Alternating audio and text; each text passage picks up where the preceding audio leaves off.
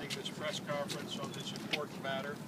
I'd like to start by bringing your attention to the letter that you have that was circulated that was sent last week to Secretary Clinton, renewing our request to deny Narendra Modi, Chief Minister of Gujarat, a visa to enter the United States. That is the purpose of this press conference, and I would also like to introduce our MC for this press conference, Jennifer Presshold. Ms. Presshold is the Deputy Director of the Advocates for Human Rights and the Director of International Justice. Ms. Presshold has a BA in Political Science from Yale and MALD from the Fletcher School of Law and Diplomacy, where she studied international human rights law and international refugee policy. Ms. Presshold has worked on refugee and asylum issues for the United Nations High Commissioner for Refugees in Geneva, Switzerland. She's also interned for the Reebok Human Rights Program, the United Nations Subcommission on Prevention of Discrimination Against and Protection of Minorities. I'll turn the podium over to Jennifer. Congressman, I am Jennifer Presshold from the Advocates for Human Rights, and we are all here today to draw attention to the request that Congressman Pitts alluded to. This request was sent to Secretary of State Clinton, and the request is that the U.S. government deny entry into the United States of Mr. Narendra Modi, who's Chief Minister of the Indian state of Gujarat.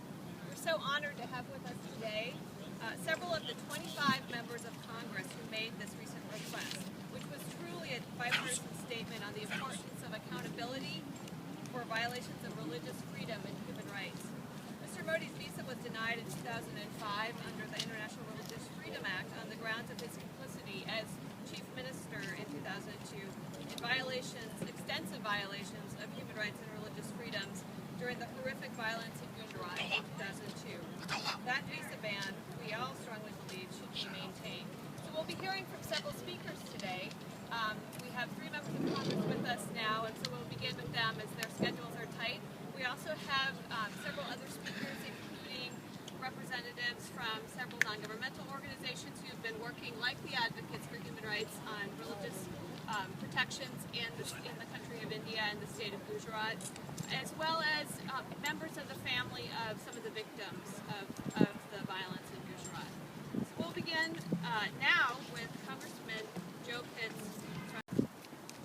Thank you. Thank you, Jennifer. Thank you all for coming, and a special welcome to the members of the former parliamentarian Joffrey who perished in the riots in 2002. I'd like to thank my colleagues Frank Wolf and Trent Franks for working together with me on this issue, and I'd like to thank our 23 colleagues who also supported the victims of the Gujarat riots by joining in the letter to Secretary Clinton. And I stand here today with these victims of this horrific abuse and violence, one that drew an international outcry and condemnation in 2002. In that year, in Gujarat, more than 2,000 Muslims and other non-Hindus lost their lives, and hundreds of places of worship were burned, were damaged. And the Chief Minister, Modi, has been condemned for his government, where 75 women and children had fled, thinking they could find refuge in his home, in the parliamentarian's home. And they were burned. They were literally massacred, butchered, and burned to death in that home. And we saw the remains. We saw the remains of blood on the wall. We saw the remains of the carnage, the burning timbers. I'll never forget even seeing a little teacup sitting, so fragile, in the kitchen that survived. But as we met with victims of the massacre and the officials in Gujarat province, we asked them, why didn't the police respond to what was occurring? And the police said, we had no orders to respond. The NGOs who've looked at this issue report that the state's political supporters continue to threaten. Thank you so much, Congressman Pitts, for sharing your personal stories from Gujarat and also for your leadership on this issue.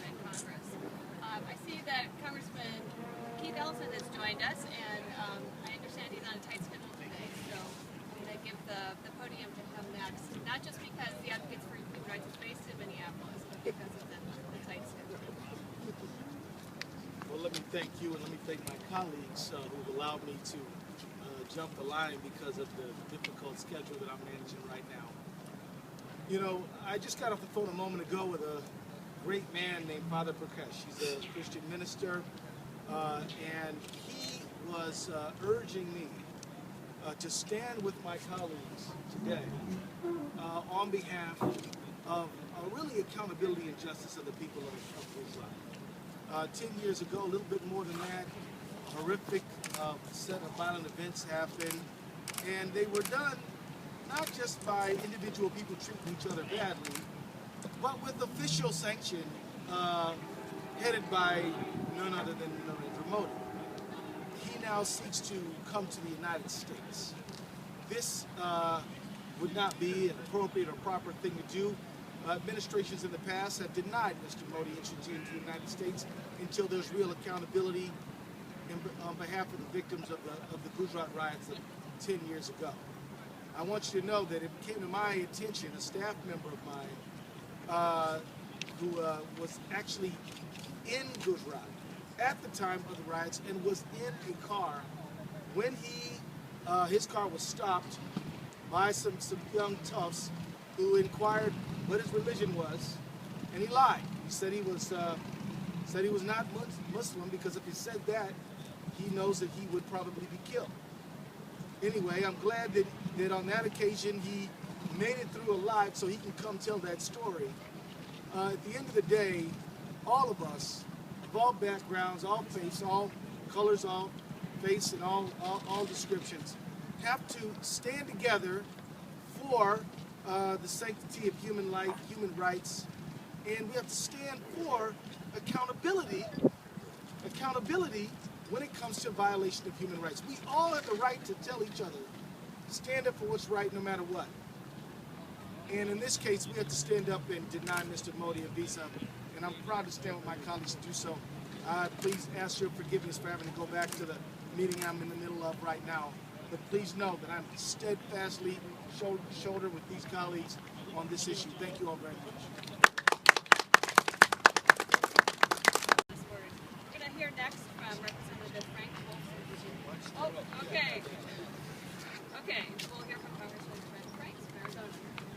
Well, thank you. Well, I'll be very brief. I had the privilege and the heartbreak of traveling with Congressman Joe Pitts to the home of Parliamentarian Jaffrey, and I express my sincerest gratitude for the family being here. I know nothing ever takes the memory you have away, but I also know that your husband and your father, I know that Mr. Jaffrey's wife is here, has not died in vain, because a world away, people in the United States that have the privilege of sailing in the ship of freedom are still remembering the sacrifice of your father. And I hope that somehow that it catalyzes just a reminder to Americans that when we allow religious freedom to be diminished, when we allow people to be persecuted because of their faith, we step away from the most significant things that America stands for. And I hope we have the courage to remember the people of Gujarat. When I traveled there, I had similar experiences that Joe Pitts did, being in the home and seeing the tragedy that occurred there, and seeing the courage of the people afterwards. It's an incredibly moving thing. I'm also aware that in Orissa, in recent years, that around 70 to 90 Christian churches were burned, again, for the same basic, the lack of tolerating someone else of a different faith. And you know, we have to remember that true tolerance is not pretending we have no differences with each other. True tolerance is loving each other and being kind to each other in spite of our differences. And if we fail that test, and we not only fail the test of humanness, but we fail all of humanity, and we consign ourselves ultimately to walk into that Sumerian night where we are just simply fellow predators, and there's really nothing that binds us together. After all, you know, you take away people's religious convictions, whatever they might be, and man becomes nothing but a flock of sheep. And I want to encourage all the people that are here today to continue to remember those victims of Gujarat, and to tell this administration that Mr. Modi, who failed his responsibility in his test of leadership in India should not be afforded the opportunity to gain a higher station of leadership in that country until this issue is dealt with. And I would encourage the administration to have the courage to do what previous administrations have done and said, no, we stand for more than that here in America. And with that, I thank all of you for being here, and God bless the people of Gujarat. Thank you so much for those heartfelt words. And now we'll turn to Representative. Thank you very much. I share the comments and thoughts of the three previous speakers. Urging the administration very publicly never to grant a visa or allow Chief Minister Modi to visit the United States under any circumstance.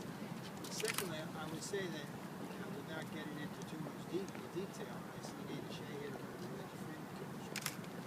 I had a bill in which the members voted for. We passed it in the House 401 to 20, which would set up a special envoy to advocate for religious minorities in the Middle East, including Pakistan and India.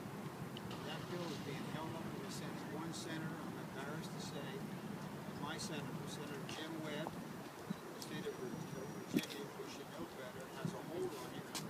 And as a result of that, the administration is opposed to it. Senator Kerry, who is being considered being Secretary of State, will not hold a hearing. By having an office over the State Department, there would be one central place to go on issues like this. So for those of you who are concerned, I would urge you also to contact Senator Kerry to move that bill for the again, please, I thank Joe Pitts and Frank and Keith for their leadership. Families of the victims. She talked about her own family's experience.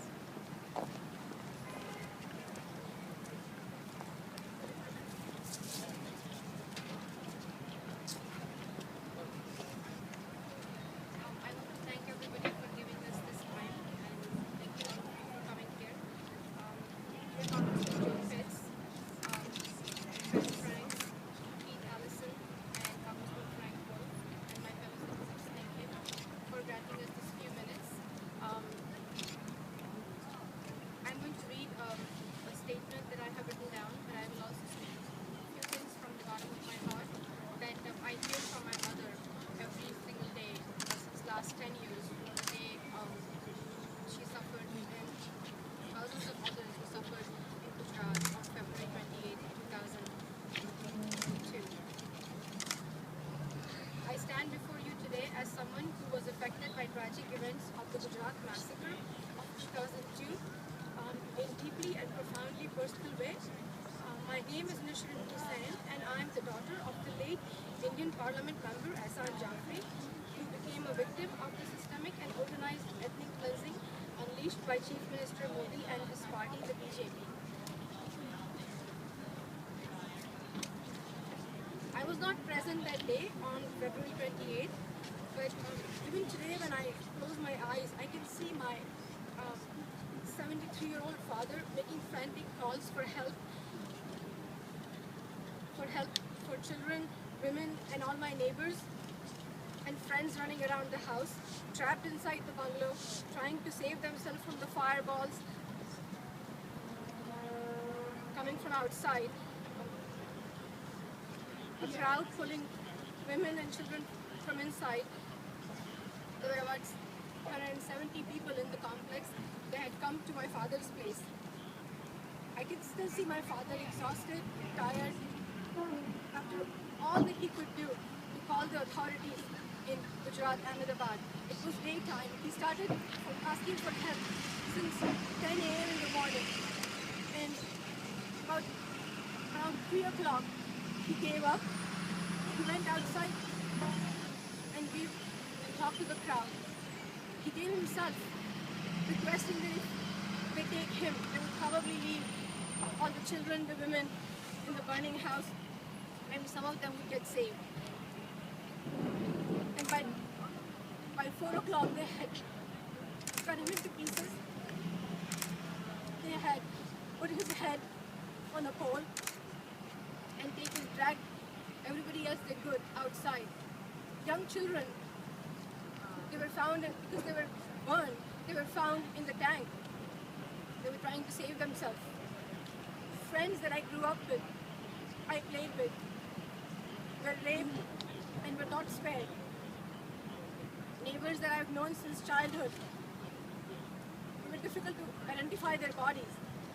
All this happening in Gujarat in the daytime. There was nobody to help. But he did make calls. He made calls to all the authorities in power that day. He had all the numbers. He called even Narendra Modi. And this was what Narendra Modi said to him.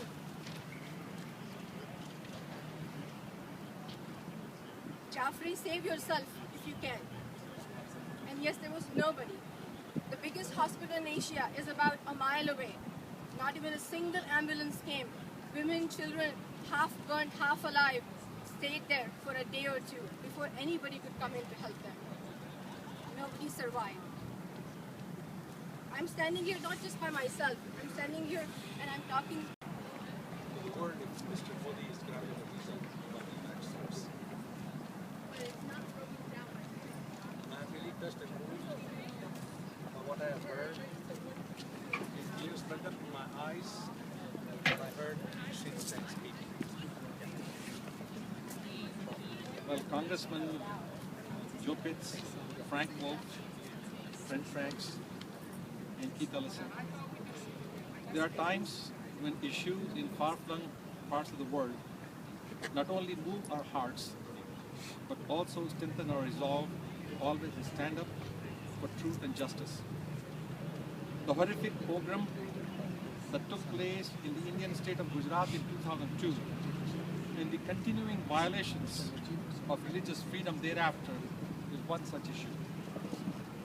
The Coalition Against Genocide is a broad alliance dedicated to justice and accountability for the Gujarat pogrom of 2002. On behalf of the coalition, I would like to thank Congressman Joe Pitts, Frank Wolf, and others for the letter to the State Department and for their courage in asking that the State Department maintain the ban on the US visa for Mr. Modi. And friends, thank you for taking up the cause of justice for the victims of Gujarat massacre of 2002. When my children accepted American citizenship, they told me how proud they felt. They said, US is the country which truly values talent, provides opportunities without regards to color, race, and religion, holds justice supreme, and fights for the same around the world. Those words are echoing, she's saying it, in my ears as I stand before you today. I am profoundly humbled. I know in my heart Chief Minister Narendra Modi is responsible for the killing of my husband. I know when my husband asked for help, he was told by the Chief Minister, Jaffrey, you are on your own. Save yourself if you can. I also know Indian justice system may be slow, but it is robust. Had Chief Minister Modi resigned or was removed from the office following the accusations of engineering Gujarat massacre, the wheels of justice would have moved freely and swiftly. But instead of leaving the office, he doubled up on his grip on power and has done everything to obstruct and deny justice to the victims like myself. As you have rightly pointed out in your letter, sirs, Mr. Modi is now trying to move to the center. If he succeeds to become the Prime Minister of India, my hopes for justice, along with the hopes of hundreds of thousands of Gujarat victims, will be lost. I hope and pray that never happens. Your denial to change his persona non grata status is very vital to keep my hopes alive. I thank you and your colleagues for helping the cause of justice for me and thousands of others in Gujarat. God bless you, and God bless the United States.